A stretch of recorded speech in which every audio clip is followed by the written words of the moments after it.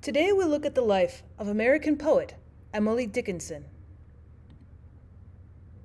She was born in December of 1830 and died of May of 1886. That entire time she was born and she lived, and she has been buried in Amherst, Massachusetts. Now, she has strong attachments to her family, specifically her brother Austin and her sister Lavinia, who is known as Vinnie. She did have a more complex relationship with her parents, however. She got along well with her brother and sister, but not so much with her father and mother. In some of her letters, she wrote about her father, quote, "His heart was pure and terrible, and I think no other like it exists." As for her mother, she wrote, quote, "My mother does not care for thought." So what she wrote was, "My mother does not care for thought, and father too busy with his briefs to notice what we do. He buys me many books, but begs me not to read them, because he fears they joggle the mind."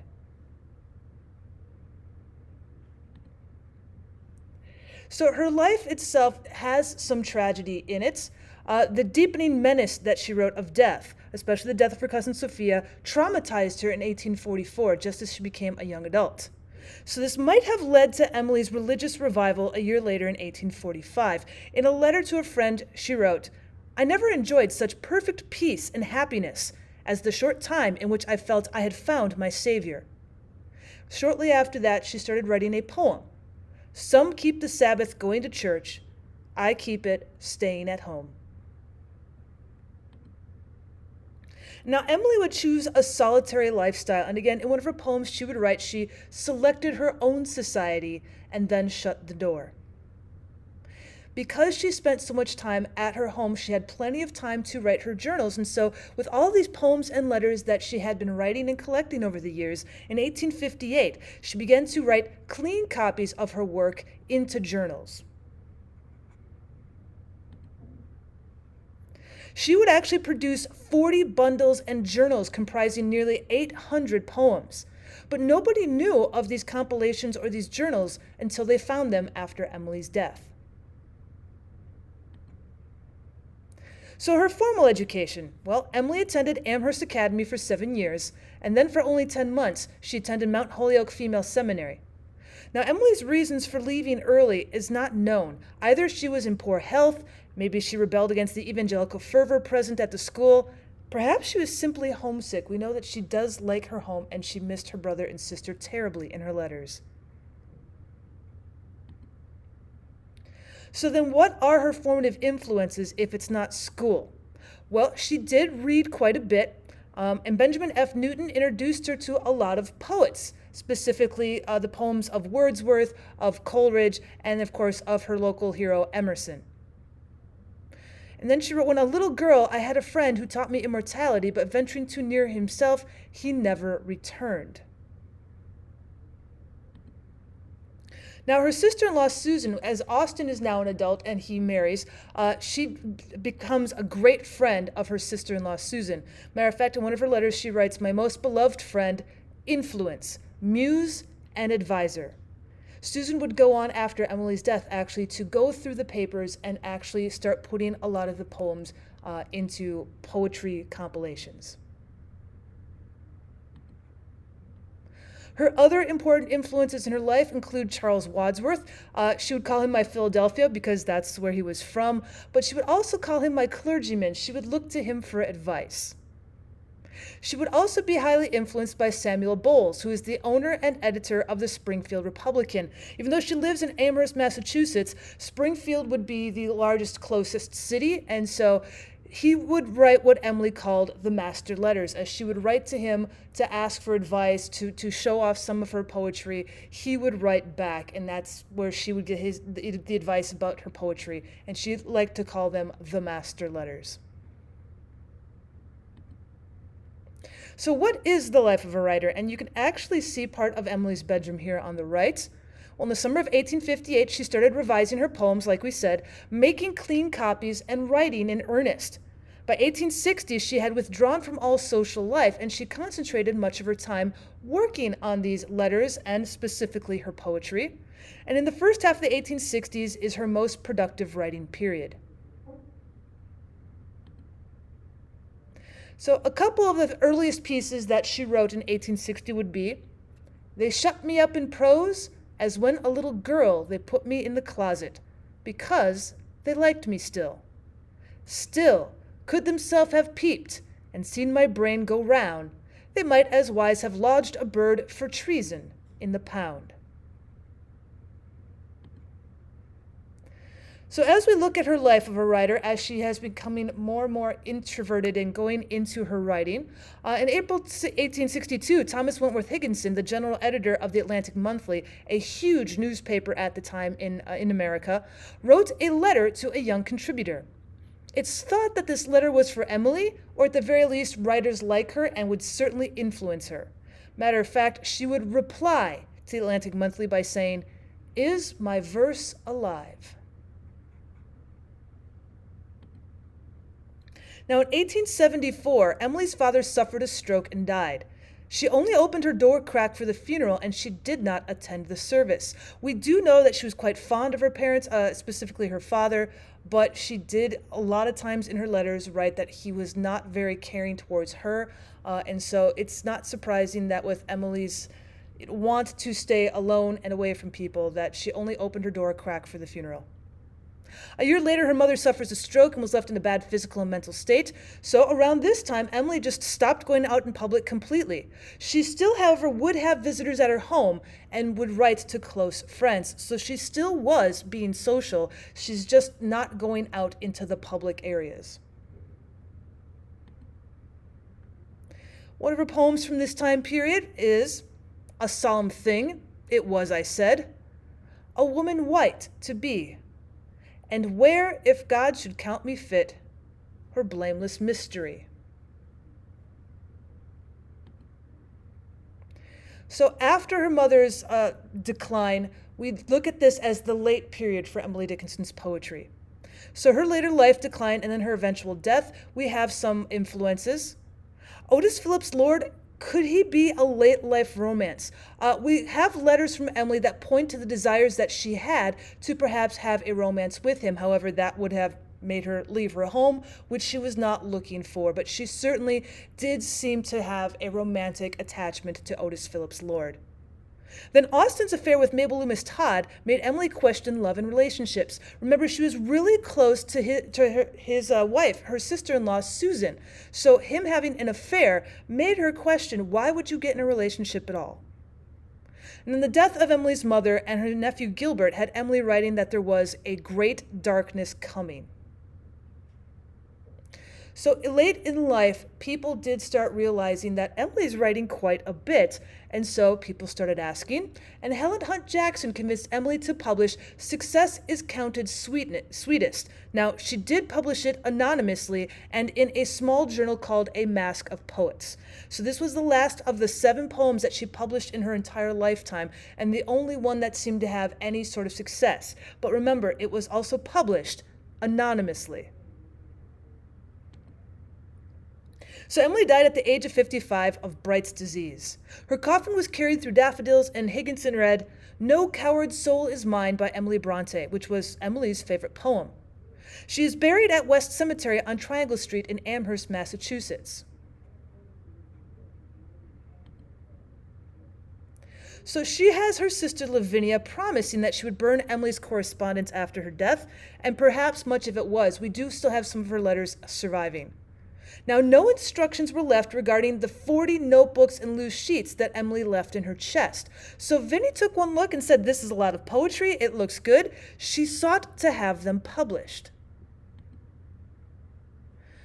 Now, when you read about Dickinson's life, there is no critical consensus as to the cause for Emily's withdrawal and extreme seclusion. Maybe she just actually had a fear of going outside. It could be because of romances that had failed. It could be that her parents, her family members, were all that she felt she needed in life to have companionship. We're not exactly sure. Everybody has their own theory. So one of the theories is that Judith Tharp claims that she was just a combination of profound shyness and a bit of artistic ambition that motivated the poet's choice of life. Tharp quotes, "By turning the key of her bedroom door, she avoided having to meet others while being free to write poetry. Maybe it was just an artistic choice. Emily Ford has attributed the poet's retirement to an aesthetic sensibility. Dickinson's choice of life was related to the romantic idea that the life of an artist should be a life apart. And according to Gilbert and Gubar, Dickinson's radical seclusion was a necessary strategy to free her from the feminine obligations which might otherwise have hindered her art in the 19th century. After all, most women, by the time Emily is writing in the middle of the 19th century in America, would have had a difficult time getting themselves published simply because they were female.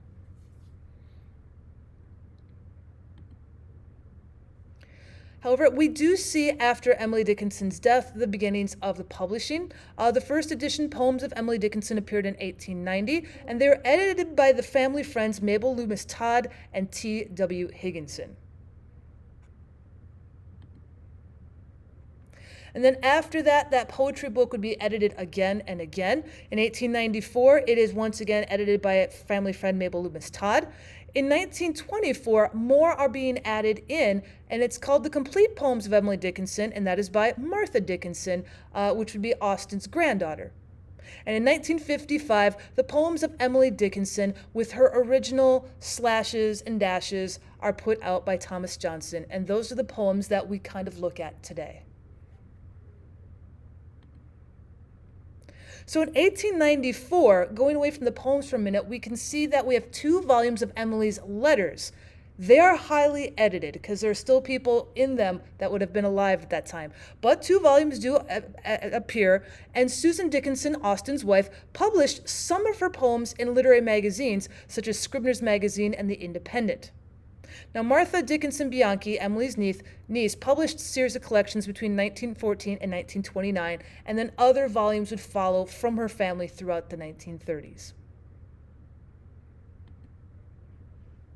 By the time we get to the 1960s, The Complete Poems of Emily Dickinson is now a great seller, again by Thomas H. Johnson, and it contains all 1,775 of her poems, and they are all unedited. They look exactly the way that they look in Emily's handwriting in all of her journals and bundles. And of course, after that, the various books of her poems and letters have been published since throughout the world, and a lot of times in the textbooks of students. What is Dickinson's poetry known for? Well, she uses random capitalization. Sometimes you see capitalization at the beginning of her lines. Sometimes you see capitalization for words that don't need them in the middle of the lines. So if you can kind of tell from her handwriting on this right-hand side, she is capitalizing every first word on every line. That makes a lot of sense. What doesn't make a lot of sense to critics is when you start looking at other words as you get into the rest of the sentence. Like the word compass and chase in that second stanza, there's no reason for them to have those proper nouns. So there's random capital letters that will show up. There'd be unconventional or broken rhymes or meters. Even though a lot of Dickinson's poetry has rhyme in it, she'll have what's called near or slant rhyme, where it sounds like they're supposed to be rhyming, but the words actually do not rhyme. And a lot of times the meters will be broken up. You can see in her first stanza on the right-hand side, we have some longer lines in lines 1, 2, and 3. And then our fourth line, we just have 3 syllables. The excessive use of dashes. People will argue until the end of time what her dashes mean. Are we supposed to take a pause there and kind of take a look at what she has written before? Is she pausing because she's about to say something grand in the next part? What are the pauses for? We don't exactly know, but we do know she uses them a lot. She doesn't have any titles for any poems. All 1,775 poems do not have titles. So if you see them being republished, say, in an anthology or a text in a classroom, you're going to notice that the title is going to be the first line because she has no titles. There's unconventional punctuation. A lot of times, not only with the dashes, you're also going to see a lot of exclamation points, which don't exactly make a lot of sense. Sometimes you're going to see commas where there should not be, and sometimes there are no commas where it probably feels like there should be a pause. And she loves to use metaphor, where we're comparing 2 unlike objects. Mostly we see these happening in her death poems. They can occur, rarely, but they do occur in her nature poems. Emily Dickinson is considered one of the most original poets of the 19th century, certainly in the United States as an American poet, but one of the most original writers of the 19th century overall. She does not fit into a lot of what we considered 19th century poetry. She's placed along such poets as Walt Whitman and Robert Frost in American canon simply because they all liked to write about nature. They had a tendency to write specifically about the United States nature, and they also had a tendency to write blank verse where we do have some rhythm and rhyme, but it's not conventional. Taught in grade school, high school, and college classes for both content and context, Emily Dickinson is looked over again and again for the poem's content. What are we learning about nature, and what are we learning about the author's tone at that time? And a lot of times people like to look at context to teach near rhyme or slant rhyme, try and figure out why she uses the dashes where they were. A lot of people like looking at Emily Dickinson because her context, the way she wrote, is so different from others. She is a powerful and persistent figure of American culture. We've seen movies. We've now seen a seasonal television show be made about Emily Dickinson. The ideal of how she liked to stay by herself, the idea that she was social but she never wanted to leave the house, the idea that there was this woman creating such wonderful poetry and nobody knew about it, the idea of love and not having any love returned to her. Because we have all of these letters and we have her heart just being spilled out in so many poems, people want to know more about Emily Dickinson. She is argued as one of the greatest female poets in American history. It is true that once you get before the 20th century, we don't have many female poets. And the fact of the matter is that Emily Dickinson wasn't able to be a famous poet during her lifetime simply because she was a female. And so arguing her as the greatest female poet certainly is a good idea. She definitely has this sense of American culture and the idea of her context being so different. She's going to be around for quite some time. All right, guys, thanks for stopping by. If you want to go check out some more of my videos, I'd certainly appreciate it.